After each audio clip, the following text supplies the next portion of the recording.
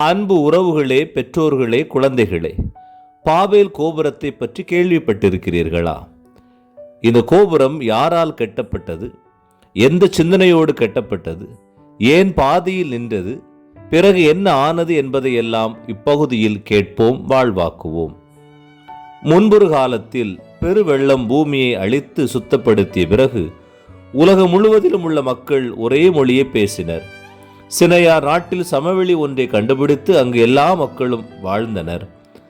அவர்கள் ஒரே குடும்பத்தைப் போல ஒருவரை ஒருவர் அன்புறவோடு அன்பு பாராட்டி வாழ்ந்தனர். அந்த மக்களுக்கு ஒரு நாள் விசித்திரமான எண்ணம் தோன்றியது. வானளவு ஒரு கோபுரத்தை கட்டுவோம் என்று முடிவு செய்தனர்.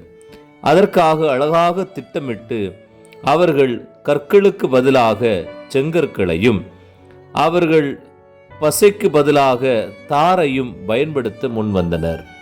செங்கற்களும் பசையும் இணைந்த கோபுரத்தை பார்த்து வியந்தனர். இவற்றையெல்லாம் கடவுள் விண்ணிலிருந்து பார்த்தார்.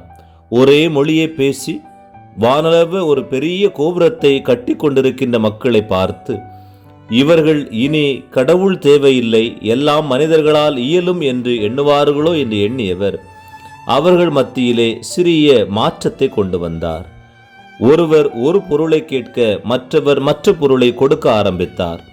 செங்கற்களுக்கு பதிலாக மண்வெட்டியையும் தாருக்கு பதிலாக வாளி தண்ணீரையும் கொடுக்க ஆரம்பித்தார்கள். ஒருவர் பேசுவது பிறருக்கு புரியவில்லை, புதிராக இருந்தது. புதிர்களில் பேச ஆரம்பிக்கின்றார்கள். சிந்தனைகளை பகிர முடியவில்லை. கோபுரம் பாதியிலேயே நின்றது. என்ன செய்வது என்று முடிவெடுத்து அவர்கள் தங்கள் மொழிகளோடு இணைந்து அவர்கள் தனித்தனி இடங்களை தேடி பயணிக்கின்றார்கள். தாங்கள் கண்ட இடங்களில் நீர்வழி பகுதிகளை கண்டு அவர்கள் சிறு சிறு குழுக்களாக மொழி அடிப்படையில் அவர்கள் தங்க ஆரம்பித்தார்கள். தங்களுக்கென வாழ்வை அவர்கள் அமைத்து கொண்டார்கள். தங்கள் மொழியோடு தங்கள் வாழ்வியலோடு அந்த வாழ்வை பயணித்தார்கள். அவர்களுக்கென புரிந்த வகையில் கட்டிடங்களை கட்டி விவசாயம் செய்து அவர்களுக்குரிய ஆடைகளை நெய்து அவர்கள் வாழ ஆரம்பித்தார்கள். ஒரே சிந்தனை கோபுரம் என்பதெல்லாம் மாறி சிறு சிறு குருக்களாக அவருடைய வாழ்வு தொடங்கியது. இந்த புதிய நாடுகளில் மக்களின் வாழ்க்கை புதிய வண்ணங்களும் வடிவங்களும் பெற்றது. வெவ்வேறு மொழிகளையும் பழக்க வழக்கங்களையும் கலாச்சாரத்தையும் அவர்கள் கண்டுகொண்டார்கள். கீழமர்ந்து ஒவ்வொரு கதைகளை அவர்கள் ஒருவர் மற்றவரோடு பகிர்ந்தார்கள்.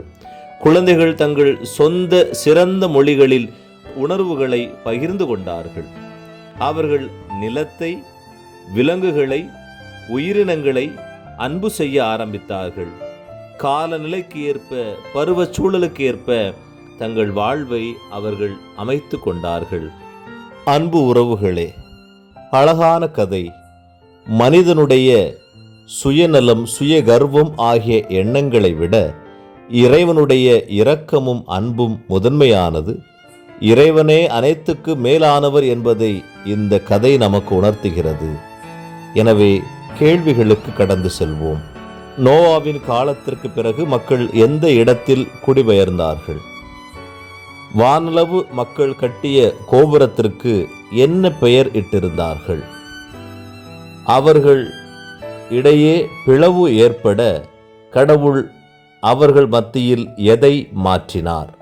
கேள்விகளுக்கு பதிலை கமெண்ட் பகுதியில் பதிவு செய்வோம், பிறரோடு பகிர்வோம். நாம் இந்த சேனலை சப்ஸ்கிரைப் செய்து இறை வார்த்தையை, இறை உணர்வை பெறுவோம். ஆமேன்.